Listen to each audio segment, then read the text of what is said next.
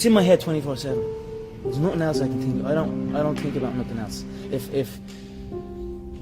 And that's it. I'm just curiously fascinated with it, and I can't stop thinking about it. Everything I do in my life is related to this. I don't do nothing else if it's not got to do with fighting. You know what I mean? And that is why. You know what I mean? To be truly good at something, all you've got to do is show up. Is that not unhealthy? I don't know. Do I look unhealthy? Take a look at this physique.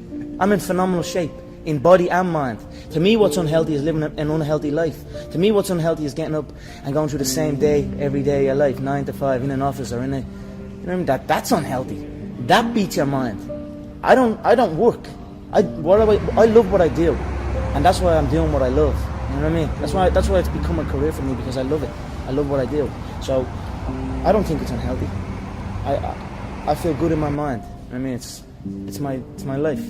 I'm enjoying the fruits of my hard work. Nobody works harder than me inside the octagon, outside the octagon. I am a workhorse, so I'm going to enjoy the benefits of this life. I am going to get myself a big mansion in Las Vegas. I'm going to get the soft top cars. I'm going to bring my whole team out. I'm going to spoil them and give them this life.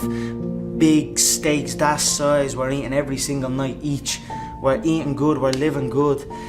It's human nature. Some people will sit and take positivity from that. They will look at that and take inspiration and inspire. It will inspire them to go and push for that. Others will shell up and critique it and be negative towards it.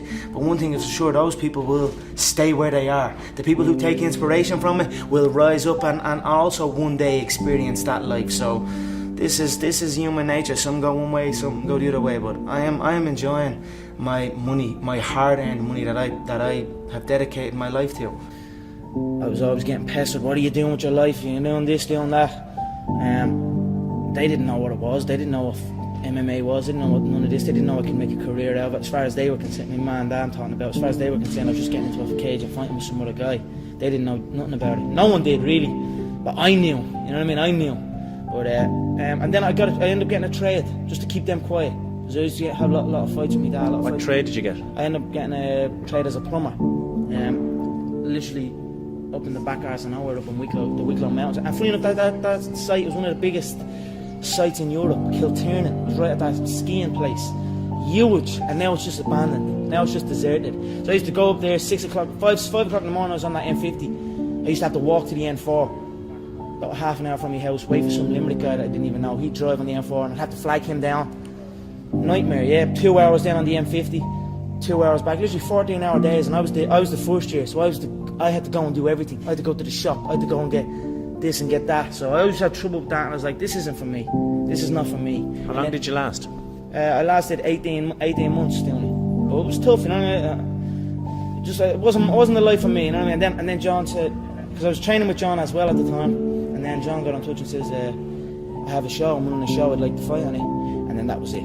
I just packed it in, didn't show up. My dad used to come in and punch the head out of me and like try and drag me out of bed, and I just wouldn't go. You know what I mean? I had an uproar for a good few years with him over it, and that was it. I just packed it in, quit, and then focused on training. I knew what was going to happen. I knew I was going to get here. They didn't. There's a lot of stressful years. You know what I mean? A lot of tough times, but I proved them wrong. I proved myself right. I cannot put one thing what I'm enjoying. I just love this life that I have created. I love this business. I enjoy work. I don't want to be anywhere else but here. So every day I am enjoying myself. I wake up every day, I pinch myself. You want to see the room I'm sleeping in. You want to see the bed I'm sleeping in. You want to see the home that I am living in. There's an elevator in the home. So I'm on the 3rd floor and I go out, click the button, and it goes from the 3rd floor to the 1st floor. I open up the elevator and I go and eat some breakfast, and then we go stretch out in the sun, and we have a big pool, a jacuzzi. Look, I'm just enjoying the fruits of my hard work. Gratitude is one of the most strongest forms of power in attracting good things. You know, if you truly feel grateful for the things in your life, I always felt grateful for even the small things. I always used to celebrate the small things. Now I might be celebrating the bigger things, but I always celebrate every little good thing that would happen to me in my life. Even before I had any kind of money or any of that, I would celebrate and I would feel grateful for it, and it just gave me more. And this is exactly the same thing that's happening right now. I still remain grateful, and more comes. If somebody said to you, you'll have or you'll be as successful as you are now, what would you had said back then? I believe you. That's what I would have said. Because I did believe. Yeah, I believed in it. I had very few people who told me that. I had a small group of people that would tell me something like that. Other than that, it was just me telling myself. Yep. So if someone came up to me and told me that all the way back then, I'd say you're damn right. I don't know how you do it. You seem immune to pressure. You got an entire nation on your shoulders, and you rise above it once again. Yeah, I don't just knock them out. I picked around, John. Yeah, I said this. I'm sure you are probably all thinking in your head, this guy is talking absolute dribble. He's not going to do what he says he's going to do. You are probably all sitting there thinking that. But now here we are again, and I done what I said I was going to do. I feed off this. I love this stuff. This is what gives me energy. Saying I'm going to do something. Putting it out there for the world to see, and then going out and doing it. There's no better feeling in the world than that, and it's as easy as that. Say what you're gonna do and go and do it. When you're chasing your dream and when you're working hard, chasing something you love and completely dedicated, it just happens. You can't really notice it. You know, even still to this day, I'm in an amazing position in my life, but I'm still working like I'm not. I'm still working like I'm not in this position. Absolutely. I'm still working like none of this is even. You know what I mean? Yeah. It's just something I love to do, and I just keep pushing and keep working hard. I can't pinpoint an exact moment for you, but yep.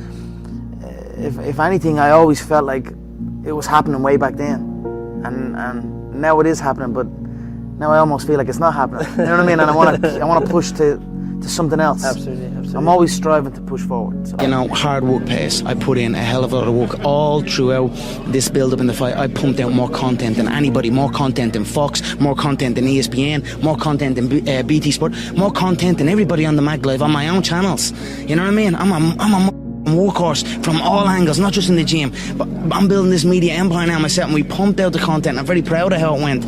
We consistently, daily movies I was releasing, you know, from like a month ago, every single day. You know what I mean? Nobody's doing that. So I'm very proud of it, and I'm very, like, the work pays, hard work pays, and I put in the work, and that's why I'm sitting at the top. I put it all on the line. I show up, I perform, and I get the results from that. So when I was a kid, I used to always visualize stadiums, and like, even when I was playing football, I'd kick the ball against the wall, and I'd pretend I scored a goal, and I'd run off, and I'd be raising my hand and visualizing a arena full of fans. And that was something I'd done as a kid out on my own. I like just running around kicking the ball. So I always had these visions of something, but I just didn't know what it was. And then I suppose when I came to these events, and I started training MMA, and then came to an event, it was like, okay, this is it. This is what I'm gonna do. I've been listening to laughter all my career. Yeah.